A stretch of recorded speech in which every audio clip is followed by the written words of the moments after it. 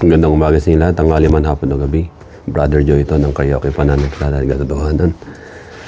At muli nagbabalik hanggat may oras at panahon at taon na dumadaan ay patuloy ako na magbabahagi ng salita ng Panginoon na ito ay non-monetized YouTube video ko dito sa YouTube. Meron akong babasahin sa inyo rito sa Exodus 32. Eto basahin natin dito.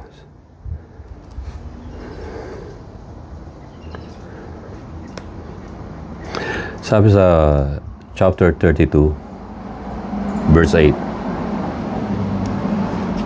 sinabi ng Diyos, tinalikdan nila agad ang mga utos ko. Tinalikdan nila agad ang mga utos ko. Gumawa sila ng guyang ginto. Yung calf, golden calf, iyon ang sinasamba nila ngayon at hinahandugan. Ang sabi nila ay iyon ang Diyos na naglabas sa kanila sa Ehipto. Verse 9, kilala ko ang mga taong iyan at alam kong matitigas ang kanilang ulo. Verse 10, pakinggan nyo to. Hayaan mong lipulin ko sila at ikaw at ang iyong lahi gagawin kong isang malaking bansa. Verse 11, nagmakaawa si Moises kay Yahweh, huwag po. Huwag ninyong lilipulin ang mga taong inilabas ninyo sa Ehipto sa pamamagitan ng inyong dakilang kapangyarihan. Kapag nilipul ninyo sila, masasabi ng mga Ehipsyo na ang mga Israelita ay inilabas ninyo sa Ehipto upang lipulin sa kabundukan. Huwag na po kayong magalit sa kanila at huwag na ninyong ituloy ang inyong parusa sa kanila.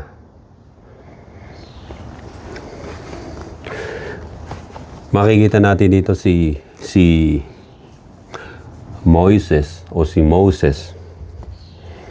Ano ang naging stand niya sa gitna ng mga Israelita na inilabas ng Diyos mula sa pagkaalipin sa bansang Ehipto?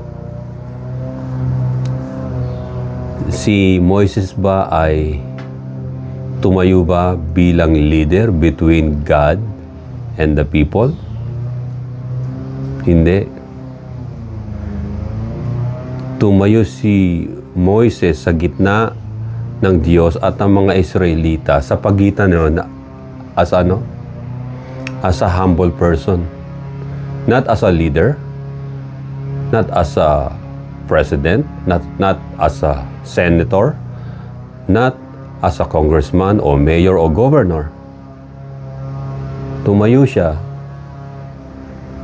between, doon sa gap ng Diyos at ng mga tao as a humble person. Nakikita niyo, sino ang nirepresent ni Moises? Sa gitna na ang Diyos ay magkakaroon na ng tinatawag na final verdict o desisyon. Sinabi ng Diyos kay Moses, kilala ko ang mga taong iyan at alam kong matitigas ang kanilang ulo. Verse 10, hayaan mong lipulin ko sila at ikaw at ang iyong lahi gagawin kong isang malaking bansa. God knew na ang mga Israelites na inilabas ni Moses doon sa Egypt, yung mga Israelites na yon, technically ay mga Egyptian kasi they were born and raised doon sa Egypt.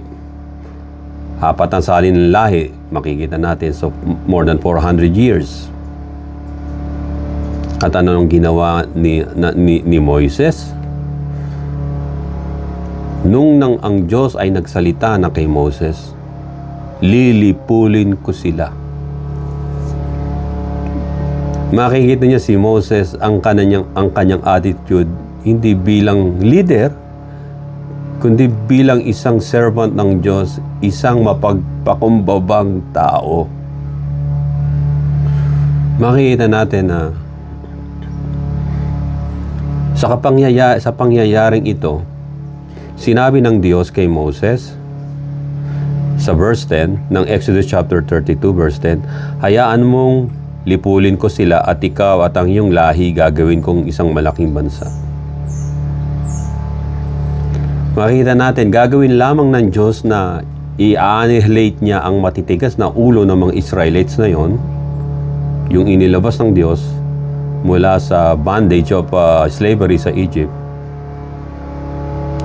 Ang Diyos ay nagpaalam kay Moses. Makikita natin, kung ang Diyos ay isang very angry, mad God, gagawin niya ang gusto niya. Subalit nagpaalam siya kay Moses, hayaan mong lipulin ko sila. Hayaan mo na ako, lipulin ko sila. Gusto mo? Ano, Moses, lipulin ko na sila.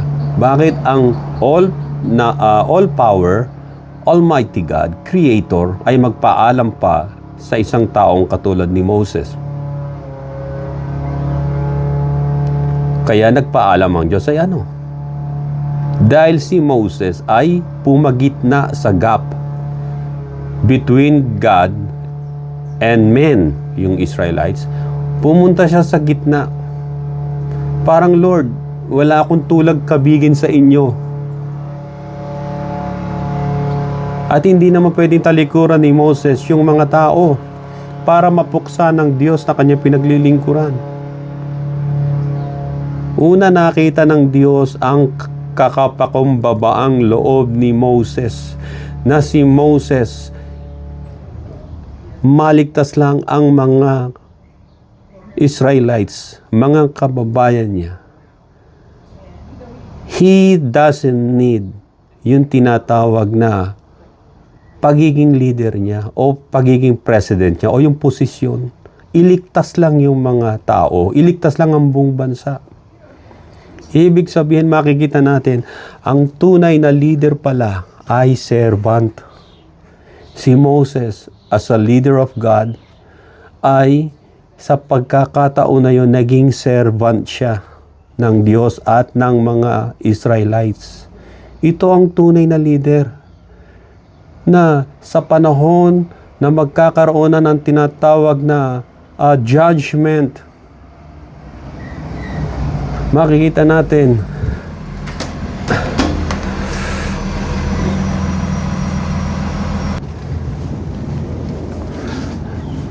kaya nga sa gitna ho ng isang magiging magaganap na trahedya, si Moses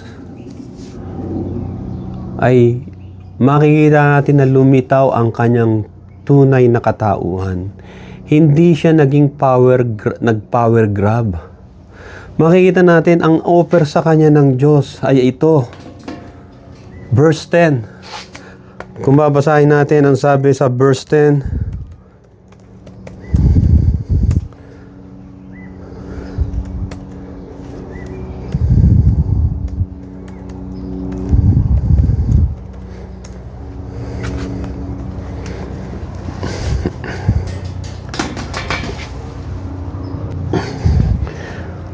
Eto, sabi sa verse 10, hayaan mong lipulin ko sila at ang iyong lahi gagawin kong isang malaking bansa. Ang iyong lahi ay gagawin kong malaking bansa. Ang iyong lahi ang mamumuno sa lugar na ipinangako ko na Kanaan. Magiging parang political dynasty, magiging dynasty mo. Magiging dynasty na ang iyong lahi. Makikita natin si Moses, maganda yung offer magiging prinsipe, prinsesa at hari yung mga magiging kaapu-apuhan niya. Dynasty ibig sabihin. But Moses refused. Verse 11, nagmakaawa si Moses. Sabi niya, nagmakaawa si Moses kay Yahweh, huwag po.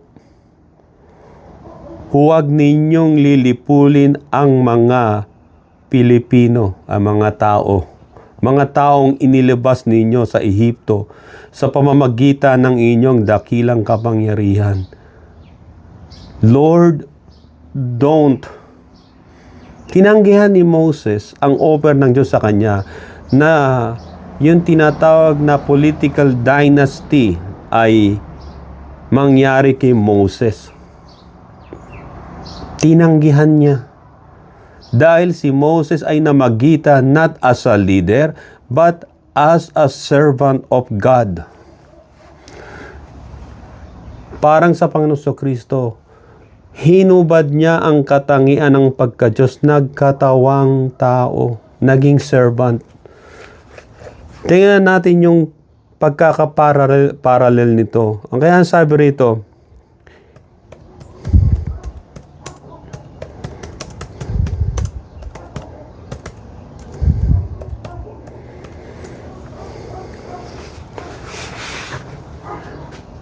taga-Pilipos, sulat sa taga-Pilipos. Ang sabi rito,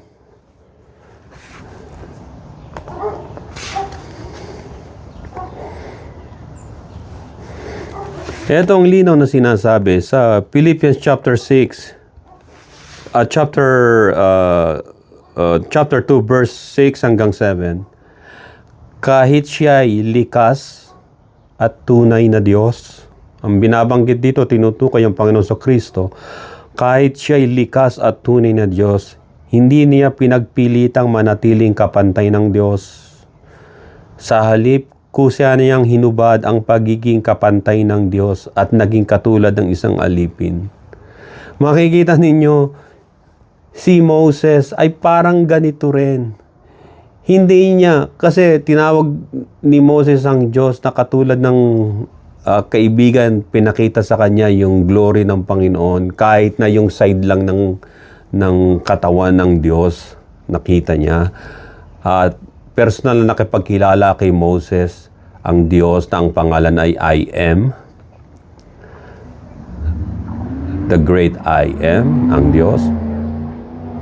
Kaya sabi rito, sa halip kusya niyang hinubad ang pagiging kapantay ng Diyos at naging katulad ng isang alipin. Ipinanganak siyang tulad ng mga karaniwang tao at nang si Kristo yung maging tao, nagpakumbaba siya at naging masunurin hanggang kamatayan, maging ito man ay kamatayan sa krus.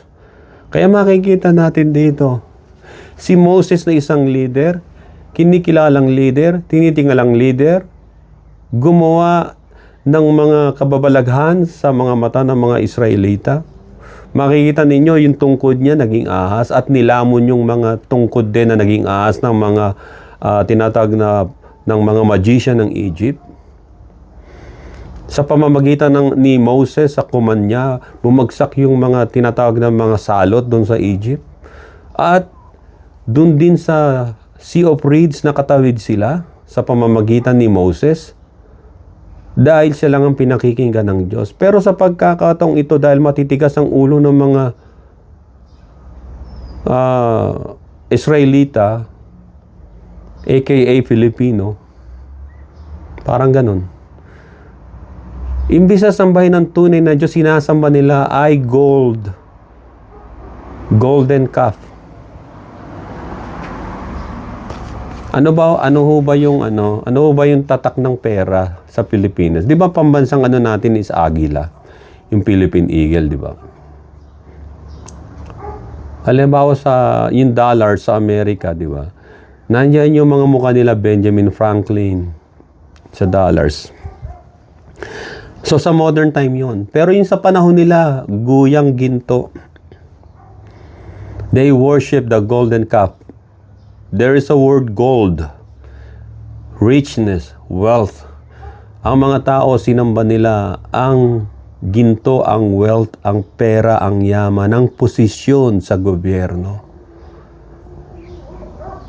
Makikita natin si Moses na propeta at leader na tinawag ng Diyos. Did Moses climb up on the sa platform at nagsisigaw as a politician?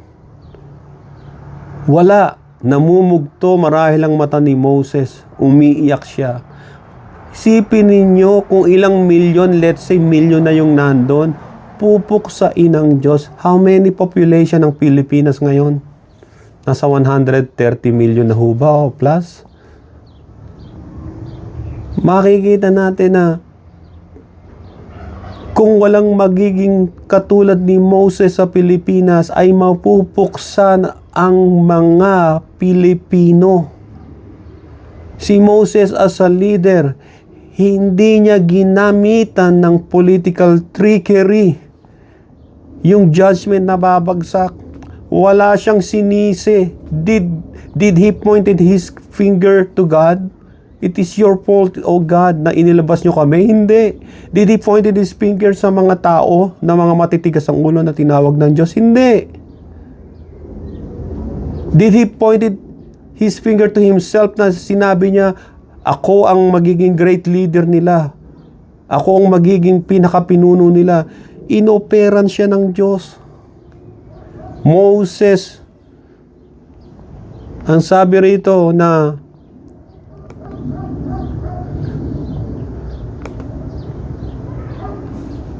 wawasakin ko, tilipulin ko sila. Ang tinutukoy yung mga tao. Sabi ng Diyos sa Exodus 32:9, kilala ko ang mga taong iyan at alam kong matitigas ang kanilang ulo. Hayaan mong lipulin ko sila at ikaw at ang iyong lahi gagawin kong isang malaking bansa. Hindi makakagawa ang Diyos ng kanyang desisyon. Nagpaalam siya kay Moses, let me destroy them, Moses. Kung si Moses ay power tripper, ganit sa kapangyarihan, he will say, okay Lord, that's good. Ako at ang aking mga sangbayan ang magiging political dynasty na. But Moses turned it down because he is not after for political power. He is not after for money. He is not after for fame. He just want to give these people a place to rest, which is the promised land. Makikita natin mga kapatid, si Moses ay tunay na leader. Hindi siya politiko na kapakinabangan niya lamang ang kanyang gagawin at susundan at susundin. Si Moses naglingkod sa Diyos kahit yung mga tao na to ay matitigas ang ulo, yung kanyang mga kababayang Israelites. But he never, ever questioned God. He knows na ang Diyos ay mahabagin at maawain. And Moses never put himself between the Israelites and God para sa sarili niyang kapakanan. Hindi. He just placed himself in the middle as a crying servant. Umiiyak, nagpapakumbaba. Ilan sa mga politikong Pilipino ang kayang gawin yon? Kakalimutan ko pagiging congressman ko. Kakalimutan ko pagiging senator ko. Marinig lang namin sa katotohanan. Marinig lang ng mga Pilipino ang katotohanan patungkol sa impeachment na to. Yung mga impeachment na nangyayari dyan. The people have the right to know what's going on. Bakit may impeachment? Sino ang i-impeach? Ano ang impeachable offense? That's what the people wants. Kayong mga nasa Senado, kayong mga nasa Kongreso, be like Moses. Be like Moses. Hindi inisip ni Moses na magiging leader siya o magiging ang lahi niya ay magkakaroon ng political dynasty. Hindi sumagi sa isip niya yan. Nagmakaawa si Moses, sabi sa Exodus 32 verse 11, nagmakaawa si Moses kay Yahweh, wag ninyong lipulin ang mga taong inilabas ninyo sa Egypt, sa Ehipto.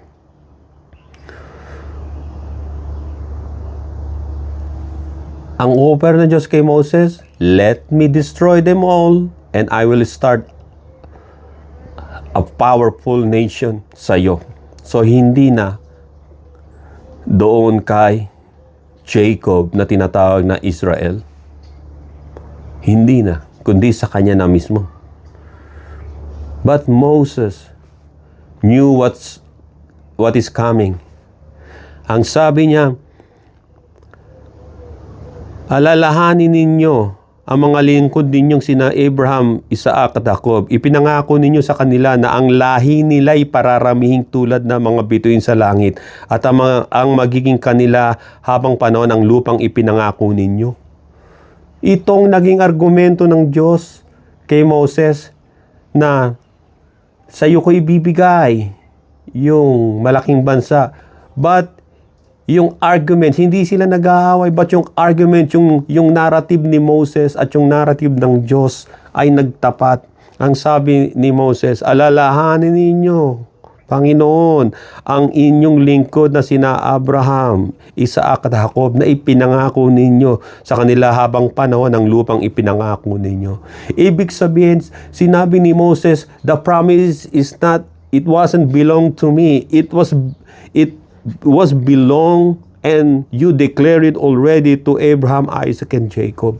Makikita niyo si Moses ay hindi power tripper, hindi suga pa sa kapangyarihan. At sabi ng verse 14, Exodus 32, hindi nga itinuloy ni Yahweh ang balak na paglipol sa mga Israelita. Dahil kay Moses, kung ang mga Pilipino ay malilipol, mapupuksa dahil sa turmoil, political turmoil sa Pilipinas. At ang gagawin ng maraming politiko ay magkakaroon ng division, nagiging divisive sila. Nagiging regionalistic. Gagamitin ng, dahil Bisaya kami, papanig kami sa Bisaya na i-impeach ninyo. O dahil kami taga rito sa Batangas, ay papayag kaming ma-impeach yan. Kaya meron tinatawag ng impeachment o justice kasi walang magdidemanda sa isang leader na nagkakasala sa Pilipinas maliban sa impeachment. Yun lang ho yun. Hindi sila titigil sa paggawa ng kasamaan sa Pilipinas maliban na sila ay sampahan ninyo ng impeachment. At kapag napatunayan na siya ay nagkasala, let the Constitution decide kung ano ang mangyayari. Mga kapatid, kayong mga politikong Pilipino, be like Moses. Sa gitna ng turmoil na ito na makikita natin ang natural calamities dumarating, which is act of God. Let's say that's an act of God. It is an act of God para magising ng mga tao. Pagputok ng bulkan, mga baha, sunog, hindi pa ba tayo magigising? Nililipol ng mga calamities na ito ang mga Pilipino at kabuhayan nila. Wala na nga makain, madidisgrasya pa ng mga sunog at lindol. At kayo mga political leaders, ang ginagawa ninyo ay pansarili nyo lang ang inyong iniintindi. Tignan nyo si Moses, sarili niya ba inintindi? Kahit inoperan siya ng Diyos na magiging political leader siya, yung dynasty niya ay mananatili. Tinanggihan, tinurn down ni Moses. Anong sabi niya? Alalahanin mo yung pangako ninyo kay Abraham, Isaac, and Jacob na ang mga Israelitang ito ay dapat madala sa lupang pangako magpakailanman. Sila ay mananatili ron. Mga politiko, saan nyo kami dadalihin, mga Pilipino? Sa promised land o sa tinatawag na annihilation ng lahing Pilipino? Anong plano nyo sa Pilipinas? Papasukin ninyo mga foreigners at dinidisplace ang mga Pilipino, nawawala na ang mga Pilipino. Sino ang ilalagay nyo sa Pilipinas kapalit namin mga Pilipino? Mga Chinese, Koreans, mga Nigerians? Asa na yung mga tunay na lahing Pilipino na dapat matagal ng panahon nang nakaalpas sa hikahos ng kahirapan? Nasa na sila? Kayong mga politikong senador, kung wala man kayong utak, hindi nyo pinagagana ang inyong brain, yung bao ng inyong utak ang laman ay hindi utak, paganahin nyo naman ang inyong puso. Konsensya na lang. Dapat ba na ma-impeach ang isang nagkasala o dapat ba na magbulag-bulagan kayo? Dahil kaibigan nyo, pababayaan nyo sa kasamaang ginawa. Halimbawa, ill-gotten wealth galing sa mga drug lords at pogo lords at China mismo just to destroy the Philippines, not the payment to destroy the Philippines. Saan kayo papanig? Sa mga taong bayan na naghihirap, naghihikahos? O sa mga iilang politiko lamang na pagkatapos ng mga bagay na yan magkagulo sa Pilipinas ay biglang tatakbo palabas ng Pilipinas sapagkat may mga nabili na silang bahay either sa Amerika, Europe o sa ibang bansa at iiwan niya ang Pilipinas sapagkat siya ay isang masamang tao. Evil people ang mga yun. They don't care about the people in the Philippines. And the Filipino people must unite against those evil. Instead na magkopong-kopong kayo na panigan ng isang tao. Kapag nagkasalang kaibigan ninyo, itatago nyo ba? Madadamay kayo. Kung nagkasala siya, he or she must be responsible of her own action. Yun ang tunay na humanity. Hindi nyo dapat ikinukubli at tinatago ang mga nagkasala. Look at Moses. Hindi siya tumayo doon between the Israelites and God as a leader. Tumayo siya as a servant of God. Huwag niyo po silang puksain, Panginoon. Magagawa ba natin yan? Yung mga Pilipino na mga nailuklok sa pamamagitan ng eleksyon, magagawa ba natin na tayo ay maging servant ng mga tao at ng Diyos? Tanggalin na muna natin yung titulo nating mga governor, senator, congressman, mayor. Magpakumbaba kayo dahil ang posisyon ninyo ay hindi magtatagal yan. Pero ang gagawin ninyong kabutihan sa mga tao at hustisya, yan ang mananatiling magpakailanman. At iaangat ka pa ng Diyos sa mas mataas na antas ng posisyon sa pamahalaan.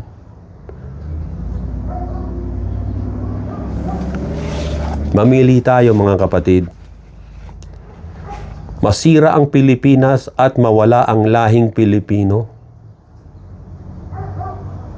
O dalhin natin sila sa tunay na promised land flowing with milk and honey? Ang Pilipinas ay maging isang green pasture ng mga Pilipino. Marami pong salamat, Brother Joe. Ito ng Karaoke Pananampalataya at Katotohanan. At muli, sa mga hindi pa nagsasubscribe, maraming po salamat sa inyong pakikinig po at pag-subscribe din po. To God be the glory in Jesus' name, and everybody say amen and amen.